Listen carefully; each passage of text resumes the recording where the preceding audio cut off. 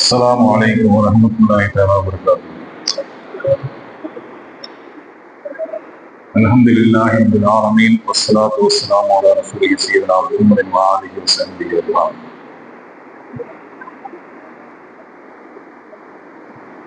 புகழுக்கு தகுதியான அல்லாஹ் ஜல்ல ஷானஹு வ தஆலாவுக்கே எல்லா புகழும் உரித்தாகுமாக. கண்ணியத்திற்கும் மரியாதைக்கும் உரிய அல்லாஹ் நல்லடியார்களே, 22 ஜுஸுக்கள் நிறைவு பெற்று 15வது தராவீஹ் தொழுகையை நாம் தொழுது அமர்ந்திருக்கிறோம். ரமலானில் பகுதி நாட்கள் பகுதி மாதங்கள் முடிந்து விட்டன. இன்ஷா அல்லாஹ் மீதமுள்ள இந்த 15 நாட்களிலும் நோன்பு வைப்பதற்கு உடல் தகுதியையும் சக்தியையும், என்று தொழுவதற்குரிய குர்ஆனை கேட்பதற்குரிய அந்த வாய்ப்பையும் அல்லாஹ் மனிதர்களுக்கு தருவானாக. ஆமீன்.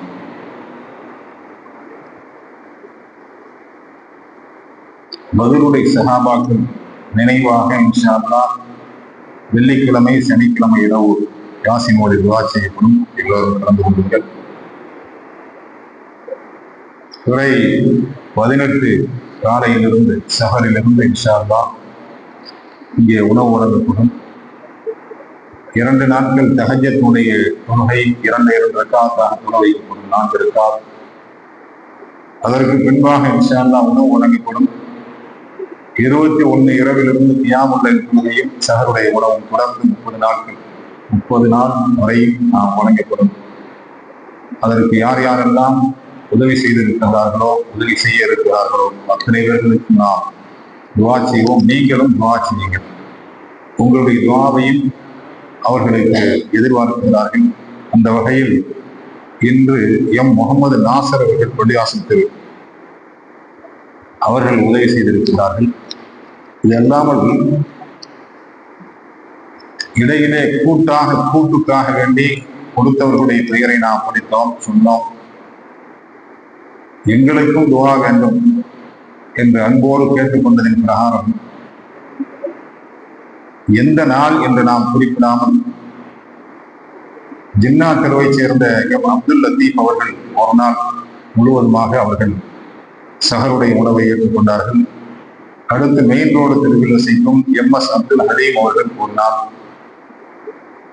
மருகும் தாகிர் அவர்களுடைய மகன் முகமது சலீம் அவர்கள் பள்ளிவாசல் தெரு அவர்களும் ஒரு நாள், காகிதம் இல்ல தெருவை சேர்ந்த எம் ஜக்கரியா அவர்களும் ஒரு நாள், 27ஆம் கிழமை ஒவ்வொரு வருடமும் அகமது பைசல் அகமது நியாஸ் அவர்களுடைய குடும்பத்தார்கள். அடுத்து ஹாஜி முகமது ஃபாரூக் அத்தா அவர்கள் சார்பாக காகிதம் இல்ல தெருவை சேர்ந்த முகமது அம்ஜத் அலி அவர்கள் மூலம், மருகும் அப்துல் கபூர் அவர்களுடைய மகனார் ஏஜி சிக்கந்தர் அவர்களும் ஒரு நாள், அக்பர் தெருவை சேர்ந்த அபூபக்கர், ஜின்னா தெருவை சேர்ந்த முகமது தௌபீக் ஆகிய இருவரும் சேர்ந்து ஒரு நாள், சென்னை அப்துல் கலாம் ஆசாத் அவர்கள் ஒரு நாள், சிங்கை முகமது மைதீன், ஜாகிர் ஹுசேன், ஷா அப்துல் அசீஸ் ஆகியவர்களும் ஒரு நாள் முழுமையாக அவர்கள் ஏற்றுக்கொண்டார்கள். அவர்களுக்கும் இதுவரை கூட்டாக ஆக்குவதற்கு உதவி செய்த அத்துணை நல்லுள்ளங்களுக்கும், இனிமேல் கொடுக்க தயாராக இருக்கக்கூடிய நம்முடைய ஜமாத்தை சேர்ந்தவர்கள் மற்றும் வெளியிலிருந்து கொடுத்து உதவ இருக்கின்ற அத்துணை பேர்களுக்கும் அல்லாஹ் இந்த மகஃபிரத்தினுடைய பத்தில் அவனுடைய உயர்வான மன்னிப்பை வழங்கி, குடும்பத்தில் எந்த ஒரு பிரச்சனையும் குழப்பமும் இல்லாமல் ஒருவர் அன்பாகவும் பாசமாகவும், அவருடைய குடும்பத்தில் எல்லோரும் நீண்ட ஆயுளோடும், அவர்களுடைய பிள்ளைகள் எல்லாம் எங்கெல்லாம் அவர்களை திருமணம் முடித்து கொடுத்திருக்கிறார்களோ அங்கேயும் அவர்கள் நிம்மதியோடு வாழக்கூடிய பாக்கியத்தையும், நம்ம ஊர் மக்கள் எல்லாம் எங்கெல்லாம் அவர்களுடைய குடும்பத்தார்கள் வெளிநாட்டிலே வாழ்ந்து கொண்டிருக்கிறார்களோ அவர்களுக்கு எந்த ஒரு பாதிப்பும் பிரச்சனையும் இல்லாமல் உடல் சுகத்தையும் நீண்ட ஆயுளை அதிகமான வரக்கத்துகளையும் அவர்கள் பெற்று நமது ஊரை நினைத்து கொண்டே நல் உதவிகள் செய்வதற்குரிய அந்த வாய்ப்பையும் அல்லாஹ் அவர்களுக்கு வழங்குவானாக. ஆமீன். கண்ணியத்திற்குரியவர்களே, நேர்த்திக்காகவும் வருகிறது 21, அதாவது 20வது நாள் மகரிபிலிருந்து இருக்கிறது. அந்த ஏத்திகாஃபில் முஸ்தஹப்பான சுன்னத்தான ஏத்திகாஃப் உண்டு. இந்த ஏத்திகாஃப் அந்த ஏத்திகாஃப் இன்ஷா அல்லாஹ் அதற்கு முன்னால் நாம் அதனுடைய சில விளக்கங்களை சொன்னோம். முஸ்தஹப்பான சுன்னத்தான ஏத்திகாஃப், அதாவது பள்ளிவாசலுக்குள்ள நுழைஞ்ச உடனே திரும்பி நம்ம தொழுகை முடிஞ்சு போறது வரைக்கும் பள்ளிவாசல்ல இருப்பதற்கு இது சுன்னத்தான ஏத்திகாஃப். இதற்கு அதிகமான நன்மைகள் உண்டு, இதற்கும் அதிகமான பரக்கத்துகள் உண்டு. ஆனா அந்த ஏத்திகாஃப் நியத்தோட இன்ஷா அல்லாஹ் எல்லாரும் வாங்க, வந்துட்டு நம்ம இங்க உள்ள வந்து பேசக்கூடாது. அப்படி முக்கியமான பேச இருந்தா யார்கிட்ட பேசணுமோ அவங்கள கூப்பிட்டு கையை சைக்கிளையே காட்டணும், வாங்க வெளியில போவோம், முக்கியமான செய்தி அப்படின்னு சொல்லாம கூப்பிட்டு வெளியில போய் தான் பேசணும். பொதுவாகவே பள்ளிவாசைக்குள்ள நுழைஞ்சிட்டாவே நம்ம பேசக்கூடாது. எவ்வளவு அவசியமான பேச்சாக இருந்தாலும் கூப்பிட்டு போய் வெளியில தான் பேசணும். ஆனா நம்ம அந்த ஏத்திகாஃப் நிய்யத்தோட வந்துட்டோம்னு சொன்னா அதற்கு தனியே நன்மை. தொழுது முடிகிற வரையும் வெளியில போகக்கூடாது. ஏன்னா சைத்தான் சும்மா இருக்க மாட்டான். அந்த ஏத்திகாஃபோட நிய்யத்தோட வந்தாலும் அப்பதான் முக்கியமான ஒரு வேலை யாரும் உங்களை கூப்பிடுறாங்கம்மா. ஏன்னா இதெல்லாம் சைத்தானுக்கு பிடிக்காது. அதனால நம்ம தொழுகை முடிகிற வரையும் ஏத்திகாஃப் நிய்யத்தோட இருக்கணும். தொழுகை முடிஞ்சுக்கிட்டே போகணும் வெளியில. இப்ப ஏத்திகாஃப் இருந்த அந்த நன்மைகள் முழுமையாக உங்களுக்கு கிடைக்கும். ஒரு ஹதீஸ்ல ஏத்திகாஃப், இந்த சுன்னத்தான ஏத்திகாஃபுக்கு கூட மறுமையில உயர்ந்த தரஜாக்கள் சொர்க்கத்துல வழங்கப்படுது என்று ஒரு ஹதீஸ். சுன்னத்தான ஏத்திகாஃப். அதனால அல்லாஹ் இந்த ரமலான்ல ரொம்ப வாரி வழங்குறான். அளவில்லாமல் சொர்க்கத்தை பத்தி நிறைய சொல்றான். இவங்களுக்கு சொர்க்கம், அவங்களுக்கு சொர்க்கம் எல்லாம் அல்லாஹ் சொல்லிக்கிட்டே இருக்கும். சின்ன சின்ன விஷயத்துக்கு, சுன்னத்தான விஷயத்துக்கு கூட அல்லாஹ் சொல்லிக்கிட்டே இருக்கான். ஆயத்துல் குர்சி ஓதுங்க ஒவ்வொரு தொழுகைக்கு பின்னாலும். அந்த ஆயத்துல் குர்சி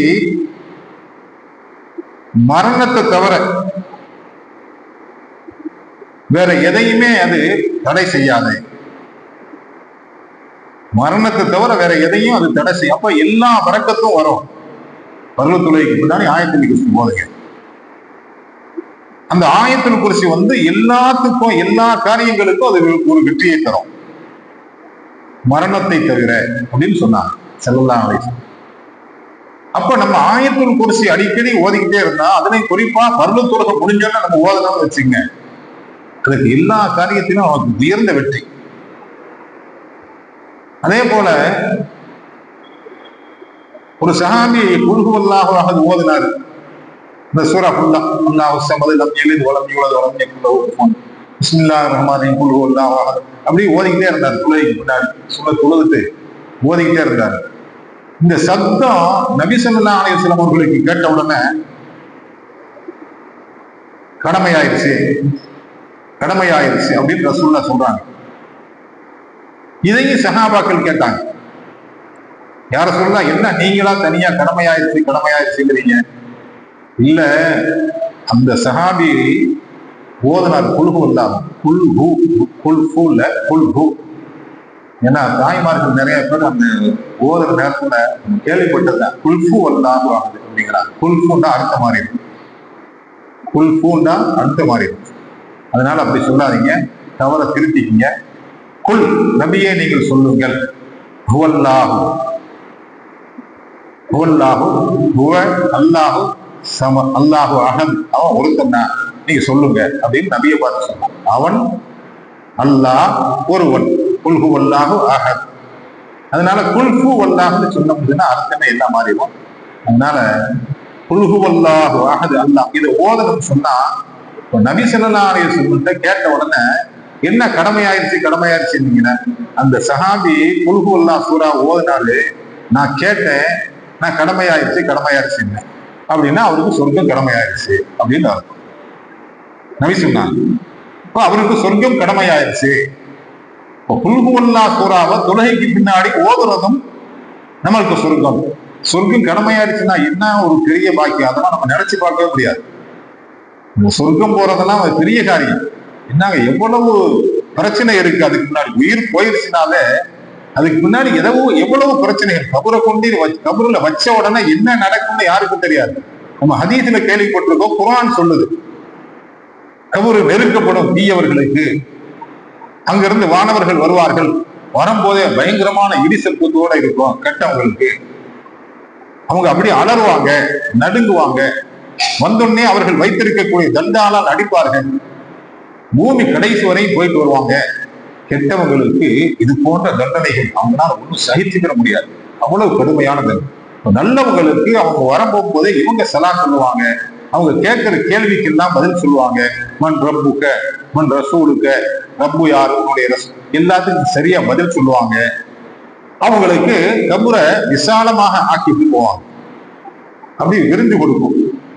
அப்படி ஜன்னலை திறந்தா எப்படி ஏசி காத்து வருமோ அந்த வெயில் நேரத்துல அதை விட கடுமையான முறையில நல்ல முறையில சந்தோஷமான சுகமான காற்றுகள் நல்லவங்களுக்கு சுகமா நிம்மதியா இருப்பாங்க. இதுக்கு முன்னாடி யார் யார் இறந்தாங்களோ அவங்க எல்லாம் பார்ப்பாங்க நல்லவங்களை. இப்படி இந்த கபூர் பிரச்சனை கியாம நாள் வரையும் முடிஞ்சுட்டா அடுத்து எழுப்பக்கூடிய நேரத்துல வர அது ஒரு பெரிய பிரச்சனை. அந்த எழுப்பக்கூடிய நேரத்துல ஒவ்வொருவரும் கடுமையான முறையில எழுப்பப்படுவார்கள். எழுப்பிட்டு மஹ்ஷர் மைதானத்துல கியாமத்து நாள்ல அந்த நடைபெறக்கூடிய நிகழ்வுல நல்லவங்களுக்கு அல்லாஹ் ஹவுதுல் கௌசர் நபி ஸல்லல்லாஹு அலைஹி வஸல்லம் கரங்களால் தண்ணீரை கொடுப்பாங்க.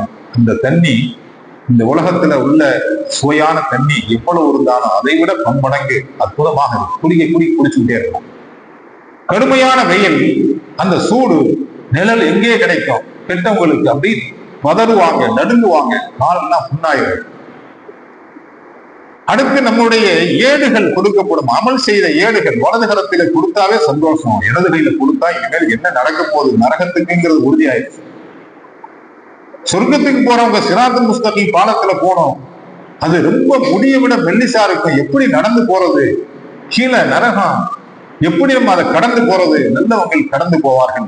அங்கே இருக்கக்கூடிய வானவர்கள் தான் கேள்வி கேட்பாங்க. அதுக்கு இன்னும் பதில் சொல்லிட்டு தான் போனோம். நல்லவங்க பதில் சொல்லுவாங்க, கெட்டவங்க சொல்ல முடியாது. சிராத்துல் முஸ்தகீம் பாலத்துல கால் வச்ச உடனே அப்படியே அறுத்து நரகத்துல விழுந்து. இப்படி பல பிரச்சனைகள் இருக்கு, பல நிகழ்வுகள் இருக்கு. இதெல்லாம் தாண்டித்தான் நம்ம என்ன செய்யணும்? சொர்க்கத்துக்கு போனோம். இப்ப இந்த குல்ஹுவல்லாஹு அஹதுவ ஓதுவதனால நமக்கு சொர்க்கம் கிடைக்குதுன்னா இத்துணை காரியங்களுக்கும் நமக்கு வெற்றியாக ஆக போகுது அப்படின்னு அர்த்தம். கபூர்ல இருந்து கியாம நாள் வரை அந்த சொர்க்கத்துக்கு போற வரை உள்ள நிகழ்வுகள் எல்லாம் நமக்கு வெற்றி. நபி ஸல்லல்லாஹு அலைஹி வஸல்லம் அவர்களிடத்துல சஹாபாக்கள் கேட்டாங்க. குறிப்பா சில பெண்மணிகளும் கேட்டாங்க. வசதியானவங்க இருக்கிறாங்க, நிறைய செல்வ செழிப்போடு இருக்கிறாங்க. அவங்க ஹஜ்ஜுக்கு போறாங்க, நோன்பு வைக்கிறாங்க, தக்காத்து கொடுக்குறாங்க, எல்லா இதுவும் செய்யறாங்க. போர்ல போய் கலந்துக்கிறாங்க, தொழுகிறாங்க, எல்லாமே செய்யறாங்க. ஆனா எங்களுக்கு வசதி வாய்ப்பு இல்லை. இப்ப நாங்க என்ன செய்யறது? அவங்க நிறைய நன்மையை அடைகிறாங்க, அந்த நன்மையை எங்களால அடைய முடியல. சஹாபாக்களுக்கு நபி ஸல்லல்லாஹு அலைஹி வஸல்லம் சொன்னாங்க, நீங்க தொழுகைக்கு பின்னாடி சுப்ஹானல்லாஹ் 33 தடவை ஓதுங்க, அல்ஹம்துலில்லாஹ் 33 தடவை ஓதுங்க, அல்லாஹ் அக்பர் 33, லா இலாஹ இல்லல்லாஹ் ஒரு தடவை, அல்லது அல்லாஹ் அக்பர் 34. இதை நீங்க வளமையா ஓதிக்கிட்டு வாங்க. அவங்களை விட தாண்டிடுவீங்க நன்மையை. ஆனால் அவர்கள் ஓதினாலே தவிர அவங்களும் உங்களை பார்த்து ஓதிட்டாங்கன்னா அவங்களுக்கு நன்மை அதிகம். இப்ப இதை நீங்க வளமையா ஓதிக்கிட்டே வாங்க. நபி ஸல்லல்லாஹு அலைஹி வஸல்லம் சொன்னாங்க. எவ்வளவு ஒரு சின்ன வாக்கியம் தான் சுப்ஹானல்லாஹ், அல்ஹம்துலில்லாஹ், அல்லாஹ் அக்பர், இது ஓத போறோம். இப்ப எவ்வளவு நன்மைகளை அல்லாஹ் வாரி வழங்குகிறான். அல்லாஹ் இப்னு கைஸ் ரலியல்லாஹு அன்ஹு நபி சொன்னதா சொல்றாங்க, உங்களுக்கு ஒரு சொர்க்கத்துல ஒரு பெரிய பொக்கிஷம் கிடைக்கும். நிறைய இருக்கு, நிறைய தரஜாக்கள் பொக்கிஷங்கள்லாம் இருக்கு. ஒரு பொக்கிஷத்தை நான் சொல்லவா அப்படின்னாங்க. சஹாபாக்கள் ரொம்ப ஆவலோட கேட்டாங்க. அதான் நமக்கு தேவை. சொர்க்கத்துல உங்களுக்கு பெரிய பொக்கிஷம் கிடைக்கும் அப்படின்னு சொன்னா இப்போ நமக்கு சொர்க்கம் கிடைச்சிருச்சுன்னு அர்த்தம். யார் சொல்ல சொல்லுங்க சொல்லுங்க. சஹாபாக்கள்லாம் இது மாதிரி இதுல ரொம்ப ஆர்வமா இருப்பாங்க. நபி ஸல்லல்லாஹு அலைஹி வஸல்லம் சொன்னாங்க, லா ஹவ்ல வலா குவத்த இல்லா பில்லாஹ். இதை மட்டும் நீங்க ஓது. லா ஹவ்ல வலா குவத்த இல்லா பில்லாஹ். எந்த நேரமெல்லாம் உங்களுக்கு நேரம் கிடைக்குதோ அந்த நேரத்துல இதை ஓதி பிஸ்மில்லாஹிர் ரஹ்மானிர் ரஹீம், லா ஹவ்ல வலா குவத்த இல்லா பில்லாஹ். இதை ஓதிக்கிட்டே இருங்க. சொர்க்கத்துல அல்லாஹ் உங்களுக்கு பெரிய பொக்கிஷத்தை தருவான். அது என்னன்னு சொல்ல மாட்டேன் நானு. அல்லாஹ் கொடுப்பான் பயங்கரமான ஒரு பொக்கிஷம். இது நம்மளுக்கு சொர்க்கம் கிடைக்கிறதே போதுமே. அங்க போனோம்னா அது கூட பாத்துக்கிறோம் பொக்கிஷம் கிடைக்கிறது. என்பது அவ்வளவு உயர்ந்த ஒரு அற்புதமான அர்த்தத்தை கொண்ட ஒரு வாக்கியம். அதே போன்று சொர்க்கம் கிடைக்கணும்னா ஒழு செய்யணும். ஒழு செஞ்சுட்டு அந்த ஒழு முறிஞ்ச உடனே ஒழு செய்யணும். இப்ப நம்ம ஒழு சேர்த்து வந்திருக்கோம், இடையிலே ஒழு முறிகிற மாதிரி இருக்கு, ஒழுக்கு போனோம், போய் ஒழு சேர்த்து வந்துடுவோம். வீட்டுக்கு போறோம், லெட்டின் பாத்ரூம் போறோம், உடனே ஒழு செஞ்சுக்கிறோம். படைக்க போகும்போது ஒழு செய்யும். காலையில இழந்தமா ஒழு, வியாபாரத்துக்கு போறோமா விவசாயத்துக்கு போறோமா ஒழுவோட. அப்ப ஒழு முடிஞ்ச உடனே நீங்க ஒழு செஞ்சீங்க. அவர்களை பார்த்து நபி ஸல்லல்லாஹு அலைஹி வஸல்லம் சொன்னாங்க, பிலாலே என்ன நான் அடிக்கடி சொர்க்கத்தெல்லாம் கனவுல பாக்குறேன். நபி ஸல்லல்லாஹு அலைஹி வஸல்லம் சொன்னாங்க, நான் அடிக்கடி சொர்க்கத்தெல்லாம் கனவுல பார்ப்பேன். அந்த சொர்க்கத்துக்கு பார்க்க போகும்போதெல்லாம் உங்க காலு சப்தம் எல்லாம் கேட்குதே அப்படின்னாங்க. பிலால் ரலியல்லாஹு பார்த்து, என்ன பிலாலே, நான் கனவுல சொர்க்கத்தை பார்க்கறதுக்காக நீ போறேன், அங்க உங்க காலடி சப்தம்லாம் நான் கேட்டுக்கிட்டே இருக்கிறேன், என்ன செய்யறீங்க அப்படின்னா. யார சொல்லலாம், ஒழு முடிஞ்சிச்சுன்னா உடனே ஒழிச்சு சுக்குரல் ஒழு, ஒழுவுடைய 2 ரக்காத் நான் தொழுவேன். இல்ல நான் வேற ஒண்ணும் செய்யல. ஒழு முறிஞ்சிச்சுன்னா உடனே நான் ஒழு செய்வேன். சுக்குரல் ஒழு உண்டு. அல்லாஹ் அந்த ஒழு செய்யக்கூடிய பாக்கியத்தை எனக்கு கொடுத்தான், அவனுக்கு நன்றி. இதுதான், வேற ஒண்ணு செய்யல. ஓஹோ, அதனாலதான் காலடி சப்தம் சொர்க்கத்துல கேட்குதா அப்படின்னா. அப்ப அவங்களுக்கு அந்த ஒழு முடிஞ்ச உடனே ஒழு செய்யணும். நேரம் தான் 2 ரக்காத் தொழுகலாம். அவங்களுக்கு சொல்லுவோம். எவ்வளவு அல்லாஹ் வாரி வழங்குறா பாருங்க. சொர்க்கம் எல்லாருமே, அது குறிப்பா நபி ஸல்லல்லாஹு அலைஹி வஸல்லம் உம்மத்து வந்து சொர்க்கத்துக்கு போகணுங்கிற ஆசை அல்லாஹ்வுக்கு இருக்கு. நபி ஸல்லல்லாஹு அலைஹி வஸல்லம் அவர்கள் மீது உள்ள பிரியத்தின் காரணமா அல்லாஹ் இவ்வளவு வாரி வழங்குறான். சொர்க்கம் யாரு வாங்கிக்கு பதில் சொல்றாங்களோ அவங்களுக்கு சொர்க்கம். முஸ்லிம் கிரந்தத்துல 592வது ஹதீஸ். இந்த ஹதீஸ் யார் வாங்குக்கு பதில் சொன்னாங்களோ, நான் ஏற்கனவே சென்ற ரமலான்ல ஏதோ சொல்லியிருக்கிறேன், வாங்குங்க அல்லாஹ் அக்பர் அல்லாஹ் அக்பர், நம்மள அல்லாஹ் அக்பர் சொல்ல போறோம். அவங்க அஷ்ஹது அல்லா இலாஹ இல்லல்லாஹ் 2 தடவை சொல்லணும். நம்ம அஷ்ஹது அல்லா அஷ்ஹது அன்ன முஹம்மதர் ரசூலுல்லாஹ், முதல்ல ஸல்லல்லாஹு அலைஹி யா ரசூலுல்லாஹ், 2வது அஷ்ஹது அன்ன முஹம்மதர் ரசூலுல்லாஹ், கர்ரத் ஐனி பிக யா ரசூலுல்லாஹ், அல்லாஹ் மத்தஐனி பிஸ்ஸமாஇ வல் பஸர். இந்த கண் பார்வையெல்லாம் தெரியுமா, தொட்டு எச்சில தொட்டு அதை ஓதிட்டு எச்சில தொட்டு ஊதிட்டு அதை தடையிட்டோம்னா கண் பார்வை தெரியுமா. ரஸாலி ரஹ்மத்துல்லாஹி அலைஹி எழுதுனாங்க. இப்ப வாங்குக்கு ஹய்யால ஸலா லா ஹவ்ல வலா குவத்த இல்லா பில்லாஹ், ஹய்யாலல் ஃபலா 2 தடவை, மாஷா அல்லாஹ் கான வ மா லம் யஷா லம் யகுன். ஃபஜ்ர்ல அஸ்ஸலாத்து கைரு மினன் நௌம், சதகத்த வ பரகத்த வ பரகத்த வ பில் ஹக்கி நதகத்த. நீங்க சொல்றதெல்லாம் உண்மைதான். தூக்கத்தை விட தொழுகை மேலானது. அந்த வாக்கியம் அல்லாஹ் அக்பர் அல்லாஹ் அக்பர் அல்லாஹ் லா இலாஹ இல்லல்லாஹ் லா இலாஹ இல்லல்லாஹ் முஹம்மது ரசூலுல்லாஹ். அடுத்த துஆ, அல்லாஹும்ம ரப்ப ஹாதிஹி தஅவத்தி தாமத்தி வஸ்ஸலாத்தி காயிமத்தி ஆதி சய்யிதினா முஹம்மதின் வஸீலத்து வல் ஃபதீலத்து வத் தரஜத்த ரஃபீஅத்த ஆலியத்த ஷரீஃபத்த வபஅஸஹு மகாமன் மஹமூதன் அல்லதி வஅத்தஹு வர்ஸுக்னா ஷஃபாஅத்தஹு வஅவுரிஸ்னா ஹவ்வஹு யௌமல் கியாமத்தி இன்னக லா துக்லிஃபுல் மிஆத். ஸல்லி அலா நபி முஹம்மது வ ஆலிஹி வஸல்லம். இது நபி ஸல்லல்லாஹு அலைஹி வஸல்லம் அவர்களுக்காக வேண்டி நாம் செய்யக்கூடிய ஒரு துஆ. மகாமன் மஹமூது என்று சொல்லக்கூடிய உயர்ந்த மேடை, அது மஹ்ஷர் மைதானத்திலே ஒருத்தருக்கு தான் அல்லாஹ் அதை கொடுப்பான். யாருதான் அதை நபி ஸல்லல்லாஹு அலைஹி வஸல்லம் எங்க தலைவருக்கு கொடு அப்படின்னு கேட்கிறோம். இந்த துவா. ஆக பாங்குக்கு யார் பதில் சொல்லி இந்த துவா ஓதுகிறார்களோ அவர்களுக்கு சொர்க்கம். கேட்டாங்க, சரி பாங்குக்கு சரியா பதில் சொல்றாரு, துவா ஓதுறாரு, அவர் கெட்டவரா இருந்தாருமா? ஈமான் கொண்டிருக்கிறார்ல, ஈமான் கொண்டவர் தானே, லா இலாஹ இல்லல்லாஹ் முஹம்மது சொன்னவர் தானா? உண்டு அப்படின்னா இப்ப எவ்வளவு பெரிய பாக்கியத்தை நாம் பெறுகிறோம். ஒரு சாதாரண சின்ன சின்ன அமல் தான் அல்லாஹ்வின் பாதையில செலவு செய்யறது. எவ்வளவு நம்முடைய பொருள்கள் வீணான முறையில செலவு செய்யப்படுகிறது, எவ்வளவு தேவையில்லாமல். அல்லாஹ்வின் பாதையில் செலவு செய்வது, நல்லவர்களுக்கு செலவு செய்வது, இவர்களுக்கு சொந்தம். அடுத்து பாதையில ஏதாவது மரங்கிற கிடச்சி வெட்டிக்கிட்டு அப்புறப்படுத்தணும், மக்களுக்கு இடையூறா இருக்குமே என்று அப்புறப்படுத்தணும். அதற்கு முயற்சி செய்தவர்கள், அதை அப்புறப்படுத்தியவர்கள், அவர்களுக்கு அல்லாஹ் சொர்க்கத்தை தரலாம். சொர்க்கம் என்பது ஒரு சாதாரண, ஆனா அல்லாஹ் ஒரு சின்ன சின்ன காரியத்துக்கெல்லாம் சொர்க்கத்தை அல்லாஹ் கொடுக்குறான். நபி ஸல்லல்லாஹு அலைஹி வஸல்லம் சொன்னாங்க, 2 பொம்பளை பிள்ளை இருக்கு, அத வயசுக்கு வருவது வரையும், வயசுக்கு வந்த உடனேயும், அதை திருமணம் முடித்து கொடுக்கிறது வரையும் அந்த 2 பெண் மக்களையும் யார் ஒழுக்கமாக வளர்த்தார்களோ, யார் ஒழுக்கமாக வளர்த்தார்களோ அவர்களும் நானும், இப்படி விரல 2 விரலை அப்படி காட்டினாங்க ஒன்னா, நானும் அவர்களும் சுவர்க்கத்தில் இப்படி இருப்போம் என்று ஸல்லல்லாஹு அலைஹி வஸல்லம் சொன்னார். அந்த 2 பெண் மக்களையும் சிறு பிராயத்திலிருந்து அது அடுத்த வீட்டிற்கு போகும் வரை அதை ஒழுக்கமாக வளர்த்தோம் என்று சொன்னால், நானும் அவர்களும் அந்த பெற்றோர்களும் இப்படி ஒன்னா இருப்போம் சொர்க்கத்துல என்று சொன்னார். அவர்களுக்கும் சொர்க்கம், இன்னும் சொர்க்கம் நிறைய நபி ஸல்லல்லாஹு அலைஹி வஸல்லம் சொல்லலாம், நாளைக்கு பார்ப்போம் இன்ஷா அல்லாஹ். அதனால நம்ம இந்த கேட்ட விஷயம்லாம் சும்மா சாதாரண விஷயம் இல்லை, சின்ன சின்ன விஷயங்கள், இதெல்லாம் நமக்கு சொர்க்கத்தை தருது. இந்த சொர்க்கம் கிடைக்கிறது என்பது மிக அரிது.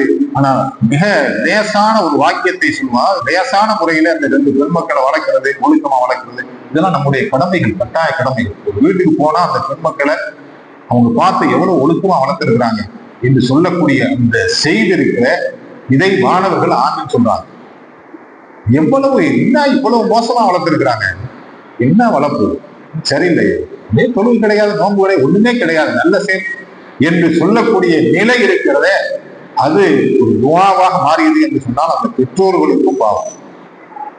அதனால இது போன்ற சுவர்க்கத்திற்கு உரிய, சுவர்க்கம் செல்லக்கூடிய அந்த வாய்ப்புக்குரிய என்ன என்ன அமல்கள் நாம் சொன்னோமோ அதை கேட்டதன் பிரகாரம் நாம் நடந்து அதை ஓதி இன்ஷா அல்லாஹ் நம் அனைவர்களும் இப்போது இருப்பது போல சுவர்க்கத்திலும் இருக்கக்கூடிய அந்த வாக்கியத்தை அல்லாஹ் நம் அனைவர்களுக்கும் தந்தருள்வானாக. ஆமீன் ஆமீன். வாஹ் அல்லாஹ் ஆமீன்.